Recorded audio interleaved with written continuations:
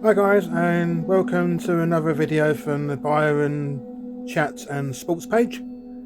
I was just sitting here today just thinking what content I can do, and it just occurred to me I could actually talk about Hammer horror films because my family grew up watching Hammer horror, and as a kid, so did I. I basically grew up watching all the old Hammer horror, Christopher Lee, Peter Cushing films, and I enjoyed them very much.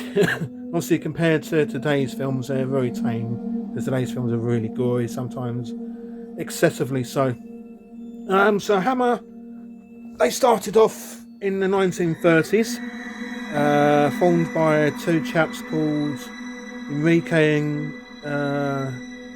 Carreras and Will Hammer, I believe. And they started off by making a short in 1935 called, was it Seven or Eight Wives of Henry VIII? I think that's the title.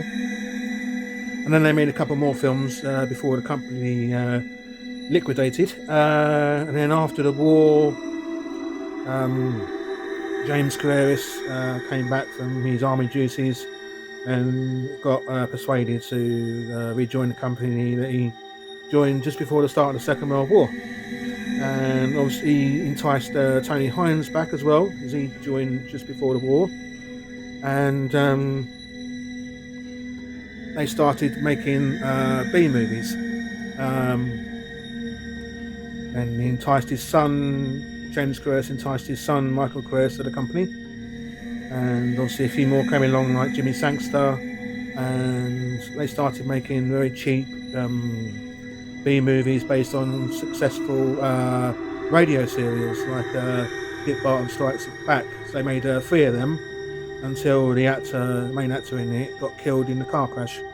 So they carried on making like B movies, and they got a deal from American distributor, and part of that was the American distributor sent an American star down for each film. So they carried on doing that for a couple of years, and going from studio to studio. And then in 1950, I think it's 1951, they acquired Bray Studios, which is just off the Thames. It's quite amazing the sort of films they made there. Obviously, they started off by making like black and white serials and using some famous stars again. One of them, namely Sid James from the Carry On films. And obviously, they acquired some very well-known directors. One of them being Terence Fisher, who started off like directing like science fiction movies, like Spaceways being one of them. That was like a 1950s space adventure, like a very early James Bond sort of film. Then in 1953, the BBC made the Quatermass on TV, adapted it from Nigel Neal, his name was, and Hammer took notice in 1953, and they made the Quatermass Experiment in 1954. And obviously, you had to get past the censor. They sent the script in first to the censor. They'll give their opinions, and then they would decide if they wanted to listen to the opinions or not. So they made the Quatermass Experiment. That was very successful. Then they made X the Unknown, followed by Quatermass 2, science fiction boom in the mid 50s. Then came their main claim to fame. So there was a script for Frankenstein that Milton Subotsky wrote. So he sent that into Hammer. And, he sent it into his partner. And they didn't really think much of it because he'd only made one like rock and roll film. So I was like, there's a guy in England that I know who might be able to pull this off. So they sent the script to James Carreras in England, and they didn't really like it. They didn't really appeal to it. So they got Jimmy Sangster in to write a new story, and it was going to be financed by Universal. But Universal was like, at first they were like, it was at Universal Pioneer, I think it was. They threatened legal action if the monster looked anything like the 1931 version. So they had to make a completely new monster. So that film ended up being called The Curse of Frankenstein, which made a star of Peter Cushing. He was already a TV star already, but this film made Peter Cushing a full bona fide horror star. Great actor Peter Cushing, excellent in the role of Baron Frankenstein, I thought. And it got released in 1957, and it made, I believe, it's 30 times its budget, which is ridiculous amount. I think it got made for about £60,000, peanuts back then, and it made 30 times this amount. Crazy. Great film, brilliant film. There's not a lot happens in it for the first half an hour, 40 minutes, and then you see the monster come to life. Obviously, the monster played by the very excellent Christopher Lee. But apparently, I've got my middle name is called Lee, so I'm kind of named after Christopher Lee. So that film kind of set him on his way.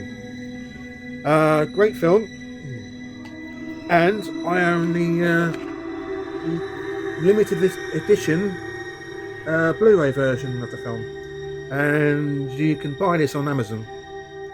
It's limited edition of this box set, so I don't know how many are available. So I'm going to put a link in the description in this video, so you can pop on there and buy it. I think it was, it wasn't cheap. It was like 70 quid, crazy amount. But yeah, I'll put a link in the description of this video, so you can go there and purchase it. So yeah, after that film, they made Dracula, the big dadding that the critics rave about even to this day. But back then, it caused an absolute sensation. The critics hated it. They hated The Curse of Frankenstein, and they hated Dracula, because they felt they were like used to the Universal films. So when these films came out, they were in colour with blood.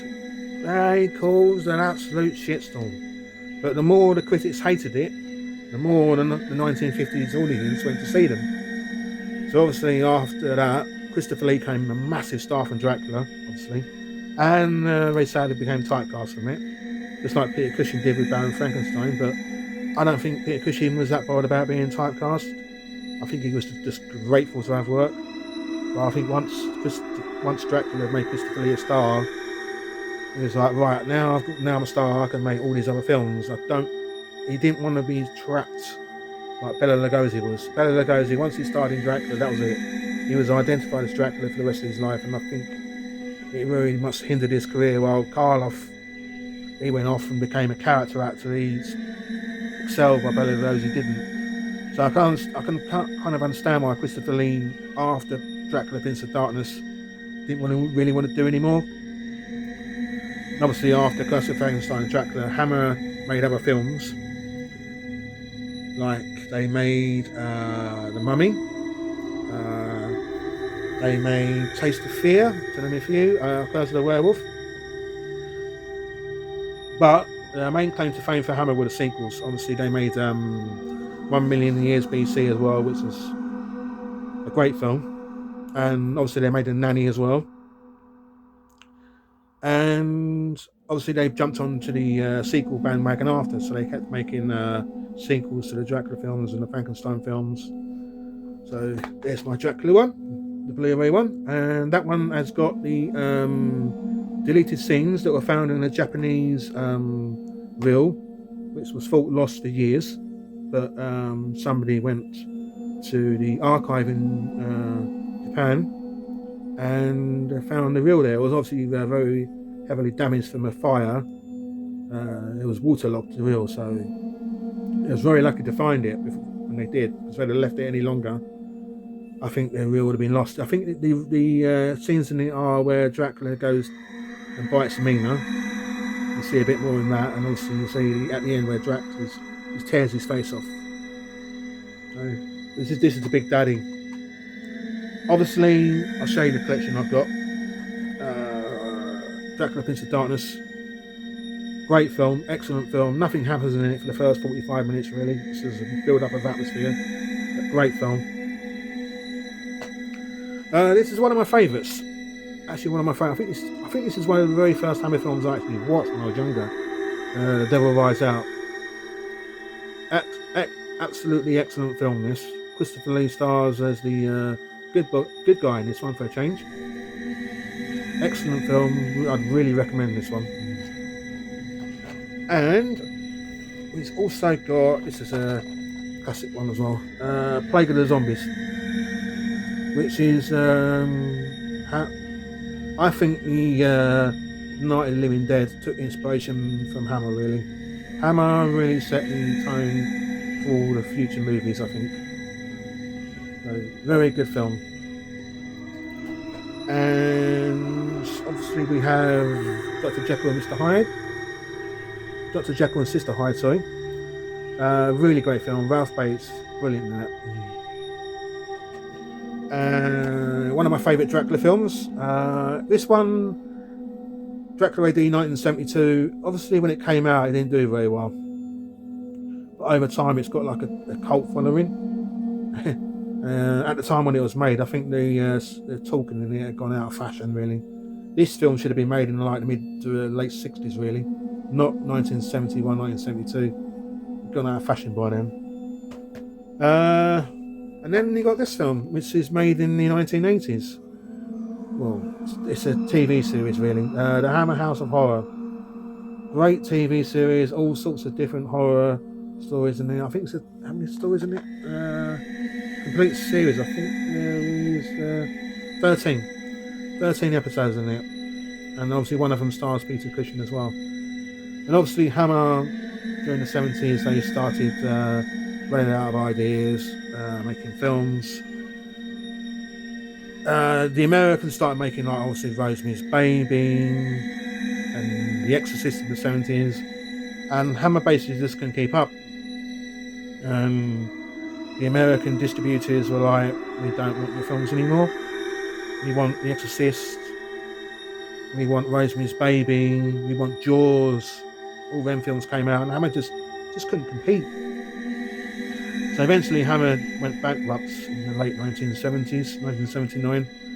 The company got sold off, and then in the 1980s it got bought back again, and they made the Hammer House of Horror TV series, followed a few years later by the Hammer House of Mystery and Suspense, and then for a long time nothing really. And obviously it came back in 2007 with Beyond the Rave. They made The Resident, they made The Woman in Black, Quiet Ones, and obviously Hammer's been sold again. So they're possibly looking remaking some of the old films. I love the Hammer films, I really do. They're scary, they're interesting, some of them are quite funny. But I like them because they're atmospheric.